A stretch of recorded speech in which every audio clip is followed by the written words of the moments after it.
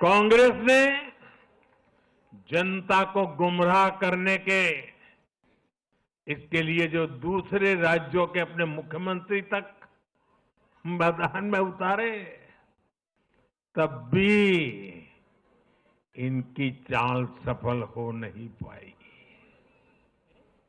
इनके ना तो झूठे वादे चले और ना ही खतरनाक एजेंडा चला।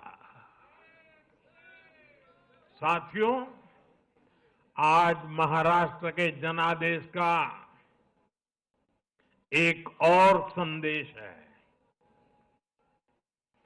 पूरे देश में सिर्फ और सिर्फ एक ही संविधान चलेगा।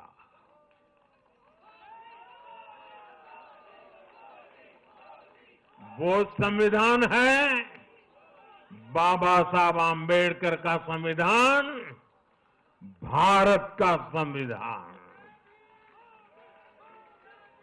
जो भी सामने या पर्दे के पीछे देश में दो संविधान की बात करेगा, उसको देश पूरी तरह से नकार देगा।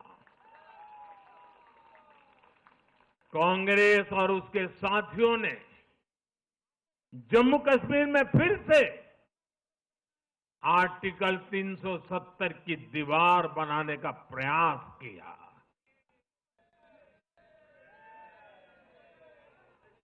वो संविधान का भी अपमान है। महाराष्ट्र ने उनको साफ साफ बता दिया, ये नहीं चलेगा। अब दुनिया की कोई भी ताकत, और मैं कांग्रेस वालों को कहता हूं, कान खोल के सुन लो,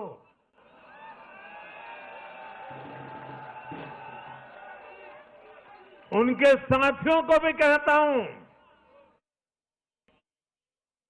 अब दुनिया की कोई भी ताकत 370 को वापस नहीं ला सकती।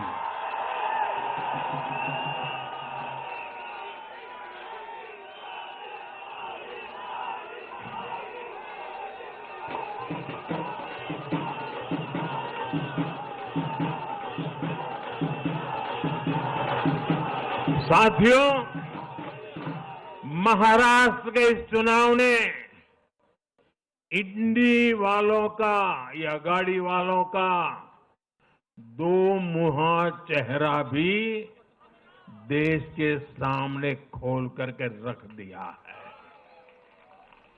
हम सब जानते हैं, बाला साहब ठाकरे का इस देश के लिए, समाज के लिए बहुत बड़ा योगदान रहा है। कांग्रेस ने सत्ता के लालच में उनकी पार्टी के एक धड़े को साथ में तो ले लिया, तस्वीरें भी निकाल दी, लेकिन कांग्रेस का कोई नेता बाला साहब ठाकरे की नीतियों की कभी भी प्रशंसा नहीं कर सकती। और इसलिए मैंने अघाड़ी में कांग्रेस के साथी दलों को चुनौती दी थी कि वो कांग्रेस से बाला साहब ठाकरे की नीतियों की तारीफ में कुछ शब्द जरा बुलवा करके दिखाएं। आज तक वो ये नहीं कर पाए हैं। मैंने दूसरी चुनौती वीर सावरकर जी को लेकर के दी थी।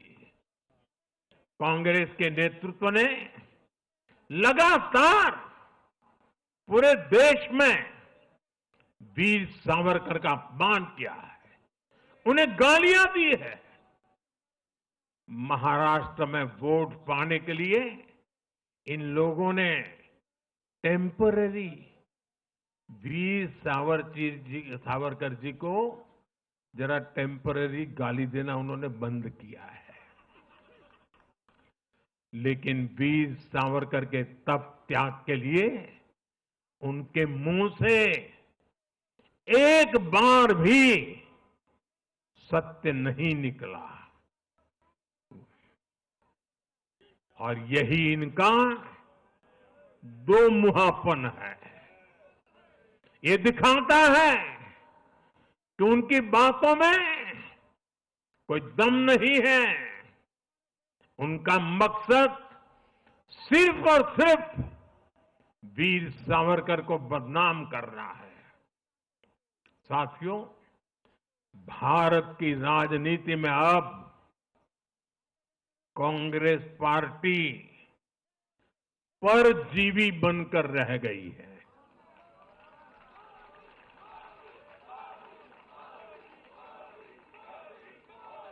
कांग्रेस पार्टी के लिए अब अपने दम पर सरकार बनाना लगातार मुश्किल हो रहा है। हाल ही के चुनावों में जैसे आंध्र प्रदेश, अरुणाचल प्रदेश, सिक्किम, हरियाणा और आज महाराष्ट्र में उनका सुपड़ा साफ हो गया।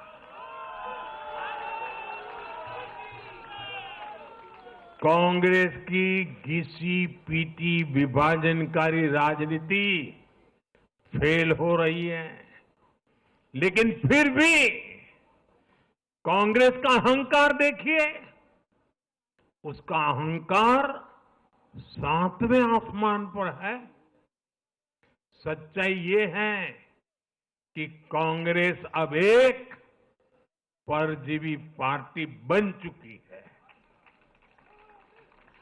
कांग्रेस सिर्फ अपनी ही नहीं बल्कि अपने साथियों की नाव को भी डुबो देती है।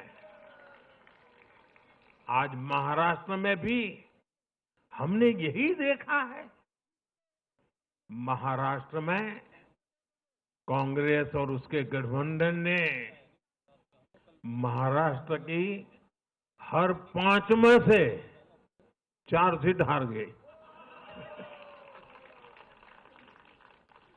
अघाड़ी के हर घटक का स्ट्राइक रेट 20% से भी नीचे है।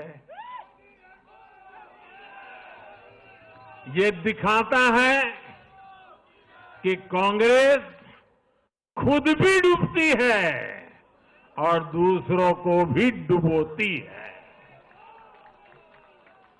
महाराष्ट्र में सबसे ज्यादा सीटों पर कांग्रेस चुनाव लड़ी। उतनी ही बड़ी हार इनके सहयोगियों वालों को भी मिली।